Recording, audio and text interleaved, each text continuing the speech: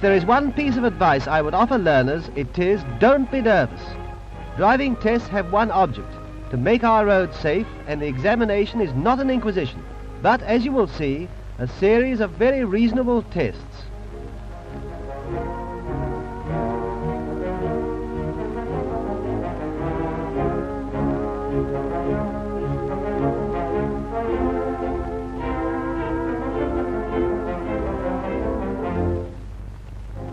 A good start increases the possibilities of a good finish. So applicants should not forget to bring their driving license and insurance certificate, without which they cannot be tested.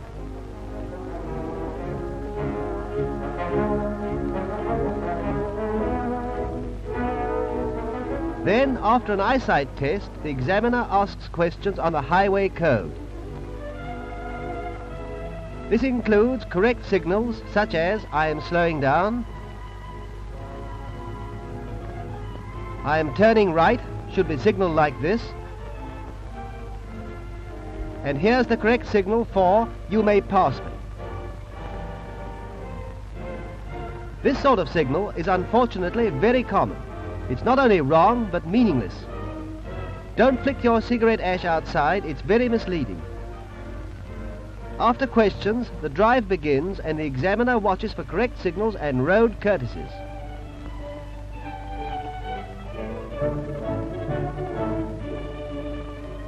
Driving merrily along and wishing to pass another car, your arm should signal clearly that you are pulling out. Always let following traffic know what you are going to do.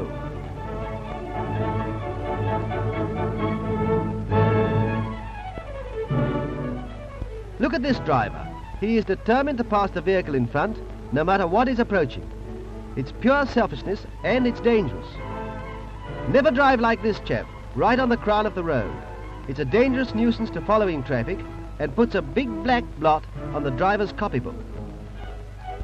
Watch again. It's not only learners either who are guilty of this bad practice.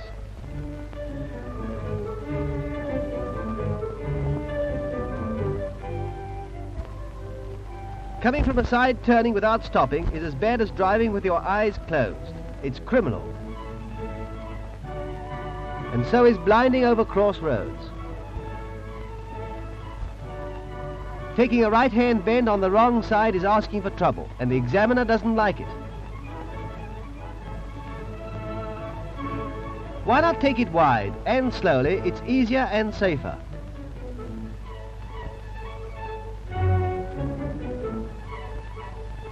All things like those are noticed during the drive. Definite tests are quite reasonable and include a normal stop at the edge of the road. A good driver stops near the curb, and with the restart he gets away smoothly. This one is much too far away from the side, as the examiner can see. This test is followed by a start on a hill. When the examiner tells you to go forward, it's a point on the debit side if you drift back like this, and then jerk your way forward.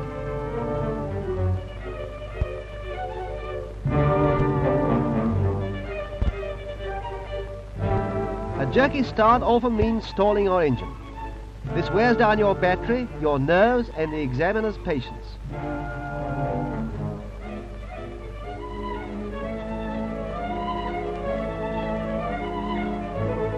The next test is an emergency stop and restart. Do it properly like this and your examination stock will rise. On the other hand, if you do the reversing test like this, your stock will be at a distinct discount, and your chance of driving the family on Sunday will disappear.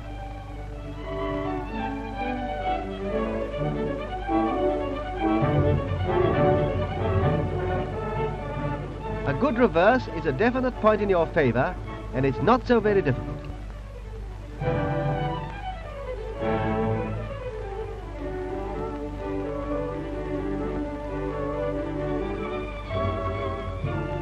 Here's an example of really clean reversing, and it's handy for parking too. One like this, of course, is not included in the test, but it's a useful accomplishment.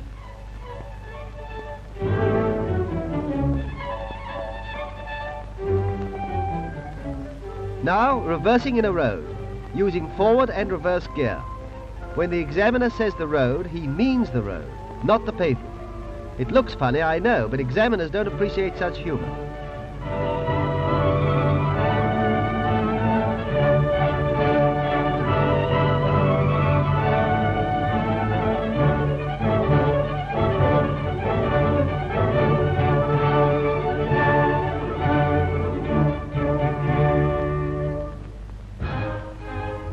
Clean, smooth turns show the good driver on whom the examiner's smile will beam with satisfaction.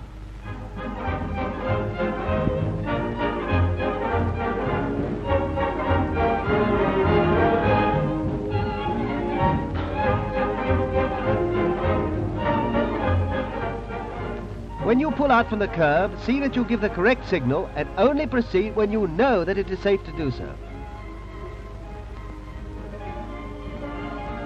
Pulling out without heeding passing traffic is as stupid as it is dangerous. It's asking for trouble.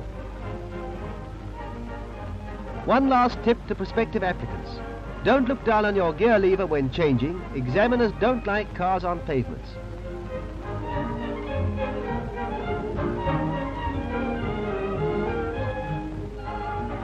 The tests, as you know, are not terribly difficult.